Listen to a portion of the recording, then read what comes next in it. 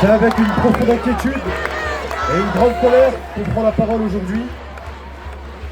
Yanis Mamdi, notre collègue, a été arrêté par les autorités israéliennes dans l'exercice de son métier. Peu d'informations claires sur les circonstances de son arrestation. Ce qu'on sait, c'est qu'il est en mission pour Blast. On considère cette arrestation comme une atteinte grave à la liberté de la presse. On exige que Yanis Mamdi soit immédiatement libéré, que son collègue, son confrère journaliste d'Al Jazeera le soit aussi, et tous ceux qui étaient sur le bateau. On appelle les autorités françaises à intervenir fermement pour sa libération. Les instances internationales, les ONG, les médias, les journalistes et les citoyens à se mobiliser avec nous. À Blast, on ne se taira pas, on continuera de faire notre travail, on continuera d'informer sur le génocide, comme c'est le cas depuis le début. Pour Yanis, pour les confrères, pour tous ceux qui étaient sur cette flottille, pour la liberté d'informer et pour tous les journalistes palestiniens morts depuis des années dans l'indifférence totale.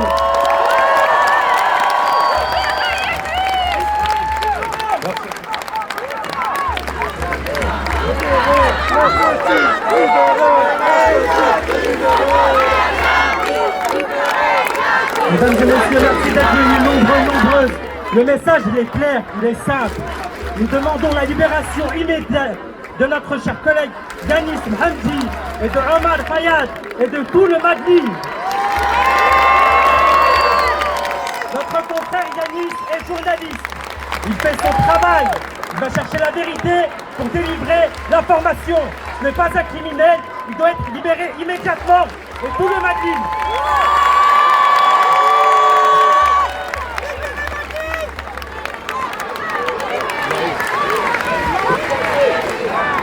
Autant que nos confrères journalistes palestiniens, nous appelons les journalistes français à se mobiliser avec nous pour la libération de Yanis et de ses 11 camarades de la flottille.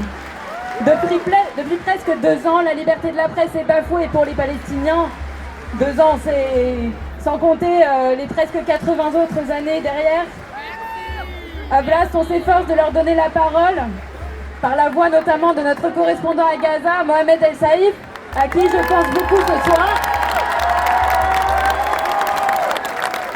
qui s'est beaucoup inquiété pour Yanis, parce qu'à Gaza, ils ont suivi la flottille depuis une semaine, ils la suivent encore, notamment à travers le travail de Omar Fayad pour Al Jazeera. C'est dans ce cadre de documenter et d'informer ce qui se passe réellement en Palestine que Yanis a pris part à la flottille. Il doit rentrer maintenant sain et sauf avec son matériel et avec ce qu'il a filmé.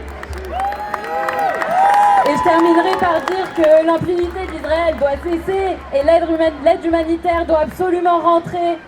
Et nous appelons aussi à la fin de la colonisation, évidemment.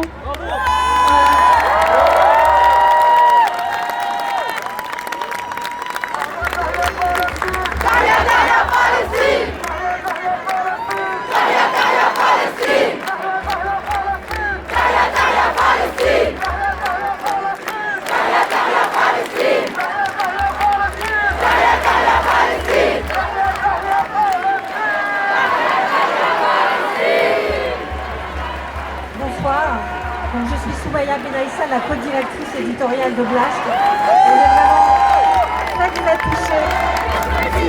très touchée par votre présence ici ce soir, par cette mobilisation qui est très importante. On n'avait pas prévu de prendre la parole, mais vous connaissez les circonstances très inquiétantes dans lesquelles on est prend. Donc on vous remercie d'être là.